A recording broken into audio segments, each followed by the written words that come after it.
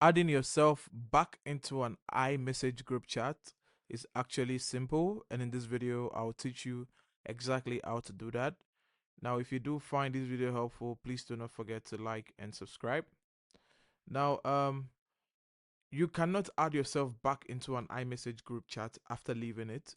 You must ask a current member of the group chat to re-add you manually. So ideally what you're going to do is you're going to enter into the info of the messages.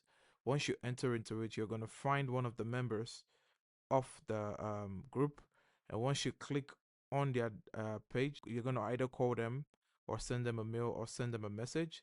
And once you click on it, it's going to go through, and you can tell them to please add you to the group. Now, now you can tell them to please add you to the group, and when you're done, you're going to click on send, and they're going to get you, and they're going to have to add you manually. Now, there are some important consideration. Now, this process only works if everyone in the group chat is using an Apple device with iMessage enabled. Now, if that chat includes Android users, it is an MMS group chat, and a new group chat must be created to include you. And that's how to add yourself back into the iMessage group chat. If you do find this video helpful, please do not forget to like and subscribe.